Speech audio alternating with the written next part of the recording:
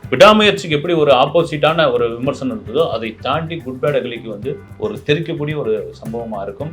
எனக்கு தெரிஞ்சு பார்த்தீங்கன்னா சில ஃபேன்ஸ்லாம் வந்து மலேசியா, சிங்கப்பூர் நாடுகளில் முன்கூட்டியே ஒரு நாள் ரிலீஸ் ஆகிற மாதிரி இருந்தால் அங்கெல்லாம் கூட போகலாமான்ற அளவுக்கு வந்து ஒரு வெறித்தனம் எங்கிறது வந்ததில் ஒரு சில நடிகர்களுக்கு மட்டும்தான் அந்த கரிஷ்மானுவாங்க அது கிடைக்கும்.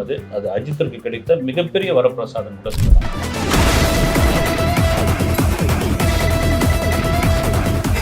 அஜித்தை தவிர வேற எந்த கேரக்டராவது அந்த டீசர் உள்ள காமிச்சாங்களா பத்தி? முழுக்க அஜித்தா இருந்தாரு. அஜித்தில் நீங்க சொல்ற மாதிரி பில்லா, அப்புறம் வந்து மங்காத்தா, தீனா, வாலி இதெல்லாம் இருந்தது காரணம். யாருமே எதிர்பாராத அளவுக்கு ஒரு கிளைமேக்ஸ் ஒன்று இருக்குது.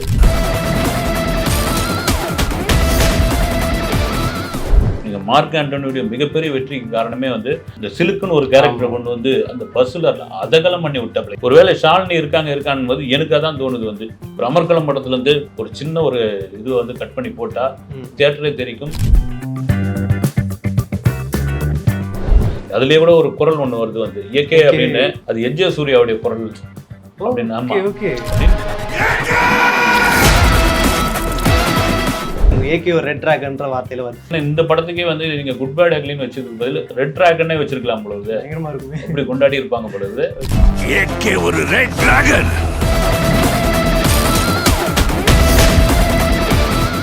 அதே ஏப்ரல் 10 வந்து இட்லி கடை வந்து ரிலீஸ் ஆக போகுதுன்னு சொன்னாங்க. உண்மையிலே ரிலீஸ் ஆகுமா இல்லை தள்ளி போக வாய்ப்பு இருக்கு? Bharat Institute of Higher Education and Research. Account voice நேயர்களுக்கு வணக்கம். நான் உங்க சுஷீந்திரன். இன்னைக்கு நம்ம கூட ஸ்பெஷல் கெஸ்ட் யாரு இருக்காங்கன்னு பார்த்தீங்கன்னா திரைத்திறன் ஆய்வாளர் திரு ஜெயர் பாலு அவர்கள். வணக்கம் சார். வணக்கம். எப்படி இருக்கீங்க? நல்லா இருக்கேன். குட் பேட் அக்லி டீசர் வந்து சோஷியல் மீடியாவை பட்டையை கிளப்பிட்டு இருக்குது. பல மில்லியன் வியூஸ் தாண்டி போயிட்டு இருக்கு. எப்படி பாக்குறீங்க? இது அஜித் அவர்களுக்கு ஒரு நல்ல ஒரு கொண்டாட்டமான படமா இருக்குமா? அதாவது வந்து ரசிகர் என்னன்னா இதற்கு தானே ஆசைப்பட்டேன் பாலகுமார்ன்ற மாதிரி இதற்கு தான் ஆசைப்பட்டுட்டு இருந்தோம். அந்த பழைய அஜித்தை நாங்கள் வந்து எப்போ பார்ப்போம்? ஒரு பில்லா, தீனா, மங்காத்தா இந்த மாதிரியான ஒரு அஜித் தான் எங்களுக்கு தேவைன்னு அது அவர் அப்படியே அந்த பேட்டர்னையே மாற்றிக்கிட்டாப்ல. ஒரு வலிமை, விசுவாசம், வீரம் இதெல்லாம் பார்த்தீங்கன்னா ஒரு அக்கா சென்டிமெண்ட், அப்புறம் தங்கச்சி சென்டிமெண்ட், அம்பா சென்டிமெண்ட்டு, ஒரு குடும்ப கதையினுடைய பின்னணியில் இதெல்லாம் கொண்டு வந்தது. முழுக்க ஒரு ஃபேன்ஸ் கொண்டாடக்கூடிய, அதுவும் என்னென்னா ஒரு திருவிழா மாதிரி கொண்டாடக்கூடிய ஒரு படமாக இந்த குட் பேட் அக்லி இருக்குன்றதுக்கான ஒரு சின்ன சாம்பிள் தான் இந்த டீசர். நீங்கள் சொல்கிற மாதிரி ஒரு இந்த வீடியோ பேசுறதுனால 40 மில்லியனுக்கு மேலே தாண்டி ஓடிட்டு இருக்கும் பொழுது அதை வந்து திரும்ப கொண்டாடிக்கிறாங்க. ஒரு 1.5 நிமிஷம் ஓடக்கூடிய இந்த வீடியோவை, இந்த டீசரை கிட்டத்தட்ட வந்து அது எந்த அளவுக்கு பிரித்து மேயணுமோ அந்த அளவுக்கு பிரித்து மேய்ஞ்சிட்டாங்க. டீகோடிங் பண்ணுறதுல ஒட்டு மொத்தமாக அந்த கதையே சொல்லிடுவாங்க உங்களுக்கு ஒரு கட்டத்தில் வந்து ஃபேன்ஸு. இந்த ஃபேன்ஸு எவ்வளோ எங்கப்பா இருந்தீங்க நீங்கள் அப்படின்ற அளவுக்கு கேட்கறதுக்கான காரணம் என்னென்னா திரும்ப அவர் சொன்னது தான் வந்து எனக்கு மன்றம் வேணாம், ரசிகர் வேணாம், எதுவும் வேணாம், நீங்கள் பாட்டு உங்கள் வேலையை பாருங்க அப்படின்னு சொன்னால் கூட நாங்கள் அப்படி தாங்க இருப்போம், நாங்கள் இப்படி தான் கொண்டாடுவோம் அப்படின்னு. விடாமுயற்சிக்கு எப்படி ஒரு ஆப்போசிட்டான ஒரு விமர்சனம் இருந்ததோ அதை தாண்டி குட் பேட் அக்லிக்கு வந்து ஒரு தெரிக்கக்கூடிய ஒரு சம்பவமாக இருக்கும். எனக்கு தெரிஞ்சு பார்த்தீங்கன்னா சில ஃபேன்ஸ்லாம் வந்து முன்கூட்டியே படம் பார்க்கறதுக்கு இங்கே வந்து இந்த பெய்டு ப்ரீமியர் இருக்கா இல்லையான்னு தெரியல. மேபி வந்து ஏப்ரல் 9 போடுறதா சொல்லி சொல்லியிருக்காங்க. ஒன்றும் கன்ஃபார்ம் ஆகலை வந்து. மேபி வந்து அப்படி இருந்ததுன்னா அதுக்கு எங்கே டிக்கெட் கிடைக்குமோ வந்து அந்த டிக்கெட் எவ்வளோ ரேட்டு விற்பாங்களோ தெரியல.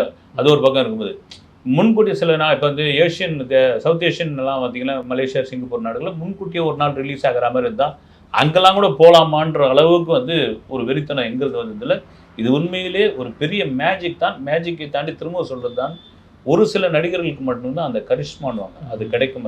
அது அஜித்திற்கு கிடைத்த மிகப்பெரிய வரப்பிரசாதம் கூட சொல்லலாம். ஃப்ரேம் பை ஃப்ரேம் வந்து ரசிக்கிற மாதிரி தான் இருக்குது. கலர்ஃபுல்லாக இருக்குது. காஸ்டியூம்லாம் வந்து பட்டையை கிளப்பியிருக்காங்கன்னு சொல்லலாம். அந்த காஸ்டியூம்லாம் கூட இவனுக்கு நெட்டில் பார்க்கும்போது பல லட்ச ரூபா அப்படின்ற மாதிரிலாம் போட்டு மீம்ஸ்லாம் வந்துட்டு இருந்துச்சு. இன்னொரு பக்கம் என்ன பேசிகிட்டு இருக்காங்கன்னா இதில் வரக்கூடிய அந்த கேரக்டர்ஸ்லாம் வந்து பில்லா ரெஃபரன்ஸ் இருக்குது, வாலி ரெஃபரன்ஸ் இருக்குது. இந்த மாதிரி பழைய ரெஃபரன்ஸே எடுத்து போட்டிருக்காங்க. அது ஆடியன்ஸுக்கு ரசிகர்களுக்கு கொண்டாட்டமாக தான் இருக்கும். பட் இருந்தாலும் புதுசாக அதை ட்ரை பண்ணியிருக்கலாமேன்னு சொல்லிட்டு சில மீம்ஸ்லாம் கூட பார்த்துட்டு இருக்காங்க. நீ எப்படி பார்த்துருக்கீங்க? இல்லை, அது நீங்கள் வந்து ஒரு 1.5 நிமிஷம் டீசருக்குள்ளே எல்லாத்தையும் சொல்லிட முடியாது. அவங்களே ஒரு கதை ரெடி பண்ணி கதையெல்லாம் பேசிகிட்டு இருக்காங்க. இது தாண்டி நீங்கள் இப்போ அஜித்தை தவிர வேறு எந்த கேரக்டராவது அந்த டீசர் உள்ள காமிச்சாங்களா பார்த்தீங்கன்னா முழுக்க அஜித்தாக இருந்தார். அஜித்தில் நீங்கள் சொல்கிற மாதிரி பில்லா, அப்புறம் வந்து மங்காத்தா, தீனா, வாலி இதெல்லாம் இருந்தது காரணம். இதை தாண்டி ஒரு மெசேஜ் கண்டிப்பாக இருக்கும். ஒரு 2.5 மணி நேரம் ஓடுது அந்த படம்னா அந்த 2.5 மணி நேரத்தில் இது மட்டுமே வச்சிருக்க முடியாது. ஒரு மெசேஜ் ஒன்று இருக்கும். யாருமே எதிர்பாராத அளவுக்கு ஒரு கிளைமேக்ஸ் ஒன்று இருக்குது அப்படின்ற மாதிரி ஆதிக்கு வந்து ஒரு இன்டர்வியூல சொல்லுது. நம்ம மங்காத்தாவில் அந்த கிளைமேக்ஸ் எப்படி எதிர்பார்க்கலையோ அது மாதிரியான ஒரு விஷயம். அதை வந்து ரிவ்யூவருக்கே வந்து ஒரு வேண்டுகோளாக கூட வைப்பாங்களாம். வந்து இதையும் வந்து ரிவீல் பண்ணிடாதீங்க அப்படின்னு. ஆனால் ஃபேன்ஸுக்கு அதை வைக்க முடியாது. சோஷியல் மீடியான்னு ஒன்று இருக்குது, அவங்களுக்கான தளம். அதில் போட்டு உடைச்சிட்டாங்கன்னா நம்ம அப்படி உடைச்சா கூட அதுக்காகவே படம் பார்க்கறதுக்கு வருவாங்க. அப்படி இருக்கும். இதெல்லாம் மீறி வந்து நீங்கள் சொன்னேன் ஆதித்ய ரவிச்சந்திரன் தொடர்ச்சியாக சொல்லிட்டு இருந்தான், நான் ஒரு ஃபேன் பாய்ங்க வந்து. நான் வந்து ஒரு தர டிக்கெட்டு, யார் அஜித்தை பொறுத்த வரைக்கும் நான் ஒரு தர டிக்கெட் அப்படின்னு. அந்த ரோகிணி தியேட்டரில் நடந்த அந்த டீசர் வெளியீடுக்கு ஸ்க்ரீனிங்கே பார்த்தீங்கன்னா அவர் உட்காந்து ஃபேன்ஸ் உட்காந்து விசில் அடிச்சுக்கிட்டு இருக்காரு. அப்படி இருக்கிற ஒரு நபர்கிட்ட ஒரு நடிகரை நீங்கள் இயக்குங்கன்னு சொன்னால் அவர் எப்படி பண்ணியிருப்பாரு? அப்படியாப்பட்ட படம் தான் அது. எதிர்பார்ப்போட உச்சத்தில் இருக்கு. அது நிச்சயமாக ஏமாற்றாது என்பதில் 100% உண்மை. படத்துல வந்து இன்னொரு சீனியர் மோஸ்ட் ஆக்டர் வந்து இடம்பெற போறாரு அப்படின்ற மாதிரி நியூஸ் வருது, உண்மைங்களா? இப்போ சிம்ரன் இருக்காங்கன்றாங்க கொஞ்சம், அதுவே ஒன்று. ஷாலினி இருக்குன்றாங்க. ஆமா இருக்காங்கன்றாங்க. மேபி ஏதாவது ஒரு டைலாக்கா ஒரு வாய்ஸா நீங்க சொல்ற மாதிரி ஒரு அமர்கலம் படத்துல இருந்து ஒரு சின்ன ஒரு ஒரு பிட்டை கூட கட் பண்ணி போடலாம். வந்து போற போக்குல அந்த கதையோட ஒட்டின மாதிரி இருக்கிற ஒரு விஷயத்துக்கு வந்து நீங்க மார்க் ஆண்டனியோட மிகப்பெரிய வெற்றிக்கு காரணமே வந்து அந்த 80s 90s சாங்கை கொண்டு வந்து அங்கே ப்ளே பண்ணது. இந்த சிலுக்குன்னு ஒரு கேரக்டரை கொண்டு வந்து அந்த பஸ்ஸில் அதகலம் பண்ணி விட்டாப்புல, யாருமே எதிர்பார்க்கல.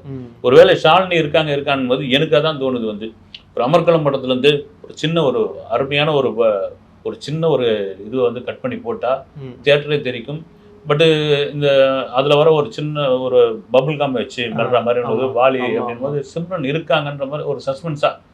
அதுலேயே கூட ஒரு குரல் ஒன்று வருது வந்து ஏகே அப்படின்னு, அது எஜ்ஜே சூர்யாவுடைய குரல் அப்படின்னு. ஆமா அப்படின்னு இவங்க ஃபேன்ஸ் சொல்றதுதான். பட் இதெல்லாம் வந்து ரிவீல் பண்ண வேணாம், சஸ்பென்ஸாகவே இருக்கட்டும். இல்லைன்னா அப்டேட் கொடுக்கறதுக்கான நிறைய டைம் இருக்கு, இன்னும் அடுத்தடுத்து அப்டேட் இருக்கு. வந்து இப்போ இதோட முடிஞ்ச போகிறதுல வந்து அப்புறம் கிளிம்ஸ் வீடியோ இருக்குது, first single second single trailer வேற இருக்குது. ட்ரெய்லர் தான் முக்கியமான ஒரு விஷயம் இருக்கு. ரைட்டு, ஏப்ரல் 10 ரொம்ப நாளும் இல்லை, கடகடன் ஓடிடும், 1 மாதம் தான் இருக்குது இன்னும். அப்படின் பொழுது இந்த எதிர்பார்ப்பெல்லாம் கொஞ்சம் கொஞ்சமாக பூர்த்தி செய்து இந்த படம் இப்படி தாங்க இருக்கும், நீங்கள் வந்து தாராளமாக பார்க்கலாம் அப்படின்னு ஒரு கான்ஃபிடென்ட்டாக ஒரு டைரக்டர் சொல்கிறாருன்னா அப்போ கண்டென்ட் இல்லாமல் நிச்சயமாக சொல்ல மாட்டாங்க. எனக்கு தெரிஞ்ச அந்த பெரிய நடிகர் இருக்கிறது இதெல்லாம் வந்து வெறும் ஒரு வதந்தியாக ஒரு பேச்சுவார்த்தையாக தான் இருக்குது. வந்து அவங்க அதிகாரப்பூர்வமாக சொன்னால் மட்டும்தான் உண்டு. ஓகே, இந்த படத்துக்கு வந்து இசை வந்து ஜிவி பிரகாஷ் போட்டிருக்காரு. இதுக்கு முன்னாடி அஜித் அவர்கள் கூட்டணியில் வந்து கிரீடம் படம் போட்டிருந்தாரு. ஜிவி பிரகாஷ் அவர்கள் வந்து கிங்ஸ்டன் படத்துக்கு ப்ரமோஷன் பண்றாரோ இல்லையோ, போற இடத்துல எல்லாத்துலயும் வந்து குட் பேட் அக்லி தெரிக்க போகுது அப்படின்னு சொல்லிட்டு இருக்காரு. உண்மையில எந்த மாதிரி சம்பவமா பண்ணிருப்பாரு நினைக்கிறீங்க? இல்லை, அது என்னன்னா ஒரு பக்கம் வந்து பெரிய உற்சாகம் கூட ஒன்று இருக்கும். ஆனால் தொடர்ந்து நீங்க பார்த்தீங்கன்னா பெரிய ஹீரோக்கள்னா நீங்க ரஜினி, கமல், விஜய், அஜித் இப்படின்னு இந்த 4 பேர் தான் இருக்காங்க. இவங்களுக்கு பார்த்தீங்கன்னா தொடர்ச்சியாக அனிருத்துன்னு போது மற்றவங்க நாங்கள் மியூசிக் பண்ண மாட்டோமா? ஒரு ஜிப்ரான்லேருந்து ஜிவி பிரகாஷ்லேருந்து எல்லாருக்கும் ஒரு இது இருக்கு இல்லைங்களா? ஜிவி பிரகாஷும் வந்து ஒரு பிரமாதமான ஒரு மியூசிக் இருக்குது. நீங்கள் வந்து அசுரனுக்கு யூஸ் பண்ணுற நீங்கள் வந்து அஜித்துக்கு யூஸ் பண்ணலாமே அப்படின்னு ஒரு மனசு இருக்கும். அதை தான் கொண்டு வந்து எடுத்துருக்கேன். கிரீடம் படத்துக்கு ஒரு 18 வருஷம் கழிச்சு இந்த படத்தை பண்ணுறோன்னே இந்த ஒரு ஆதங்கம் தான், அந்த ஆச்சரியம் தான், அந்த ஒரு எதிர்பார்ப்பு தான் அவருக்கு வந்து. நீங்கள் சொல்ற அவருடைய படம் கிங்ஸ்டனையும் ஓரம் கட்டிட்டு ஒரு இடம் பூரா வந்து அவர் போடுற அப்டேட்லேயே வந்து யூனிவர்ஸ் அப்படின்னு ஒரு விஷயத்தை வந்து பதிவு பண்ணாங்க. ஓகே, மார்க் ஆண்டனியோட லிங்க் ஆகுங்களோ? இல்லை, இதுவே கூட குட் பை டக்லியா இது மேபி தெரியல, வந்து பார்ட் 2 பார்ட் 3 போகிறதுக்கான வாய்ப்பு இருக்குன்றாங்க. மேபி அடுத்த படம் வேற எது யாரோ இயக்க போறாங்க அஜித் அப்படின்ற மாதிரி. இதுவும் வந்து ஒரு நம்பகத்தன்மை இல்லாத தகவலாக தான் போயிருக்குது. என்னதான் இருந்தாலும் அஜித் அவர்களோட வாய்ஸ் வந்து ரொம்ப ஒரு பேஸ் வாய்ஸ்ன்னு சொல்லலாம். படத்துல ஸ்டார்டிங் அந்த டீசர் ஸ்டார்டிங்ல இருந்து எண்டிங் வரைக்கும் அவரோட வாய்ஸ்ல வந்து என்னதான் குட்டா இருந்தாலும் அப்படின்னு ஆரம்பிக்குது, கடைசியில வந்து அதுன்னு சொல்லி முடிக்கிறாரு. இன்பிட்வீன் வந்து ரெட் டிராகன், ஏகே ஒரு ரெட் டிராகன்ற வார்த்தையில வருது. இந்த டிராகன்ற வார்த்தை வந்து இப்போ ரீசெண்டா நிறைய இடத்துல சுத்திட்டு இருக்கிறது போல இருக்கு. நீங்க எப்படி பாக்குறீங்க? இல்லை, உண்மையாக வந்து இந்த டிராகனுடைய வெற்றி தான் அது காரணம். யாருமே எதிர்பார்க்காத ஒரு வெற்றி. இந்த வெற்றி இங்கேயும் தாண்டி மாற்று மொழியிலையும் அப்படி கொண்டாடிக்கிட்டு இருக்காங்க டிராகன் படத்தை. அப்படி வந்து அங்கேயே பாத்தீங்கன்னா டிராகன் ஒரு டைட்டில் வச்சு ஜூனியர் என்டிஆர் நடிக்கிறதா, ஆமா அதே பேரை மாத்தலான்னு இருக்காங்க. வந்து இப்ப எனக்கு தெரிஞ்சு பாத்தீங்கன்னா இந்த படத்துக்கே வந்து நீங்க குட் பை டக்லின்னு வச்சதுக்கு பதில் ரெட் டிராகனே வச்சிருக்கலாம் பொழுது, அப்படி கொண்டாடி இருப்பாங்க பொழுது. கண்டிப்பா ஏதோ ஒரு அந்த ரெட் டிராகனுக்கான ஒரு விஷயத்த கண்டிப்பா படத்துக்குள்ள இருக்குன்னு. அதே ஏப்ரல் 10 வந்து இட்லி கடை வந்து ரிலீஸ் ஆக போகுதுன்னு சொன்னாங்க. உண்மையிலே ரிலீஸ் ஆகுமா இல்ல தள்ளி போக வாய்ப்பு இருக்கா? இல்லை, எனக்கு அது 2 விதமா பார்க்கலாம். ஒன்று வந்து இது ஒரு பெரிய விஷப்பரீட்சை. வந்து ஒரு உச்சக்கட்ட நடிகர், ஒரு மாஸ் ஹீரோவுடைய படம், அதுவும் ஒரு ஃபேன்ஸ் வந்து கொண்டாடிக்கிட்டு இருக்காங்க. அந்த படத்து மேலே இவ்வளோ பெரிய எதிர்பார்ப்பு கொண்டு வந்து நிறுத்துறாங்க. அவருக்கு முந்தைய 1 மாதத்துக்கு முந்தைய இல்லை 2 மாதத்துக்கு முந்தைய வந்து ஒரு படம் விடாமுயற்சின்ற படம் கலவையான விமர்சனம் இருக்குது அப்படின்னும் பொழுது, இந்த படம் இவ்வளோ இதுவாக இருக்கும்பொழுது இதுக்குள்ள ஒரு படத்தை கொண்டு வந்து ரிலீஸ் பண்றாங்க அப்படின்னா அது ஒரு சோதனை முயற்சியா, இல்லது இந்த மாதிரி நாங்க ரிலீஸ் பண்ண போறோம் அப்படின்னு சொல்லி இதன் மூலமாக வந்து தனுஷ் வந்து ஒரு பப்ளிசிட்டி தேடிக்கிறாரோ அப்படின்னு. அதையெல்லாம் மீறி தமிழ்நாட்டில் 1100 ஸ்க்ரீன்ஸ் இருக்குன்னு வச்சுங்க. 1100 ஸ்க்ரீன்ஸ்ல ஒரு 1000 ஸ்க்ரீன்ஸ் தியேட்டர் ஓனர்கள் வந்து எங்களுக்கு குட் பை டக்லி தான் வேணும்னுவாங்க. அப்படின் போது இவங்களுக்கு தியேட்டர் கிடைக்குமா? இட்லி கடைக்கு ஒரு மேலே கண்டென்ட் நல்லா இருந்து கண்டென்ட் கிளிக் ஆயிடுச்சு அப்படின்னா கூட இந்த படத்தை ஃபேன்ஸ் வந்து கொண்டாடிடுவாங்க.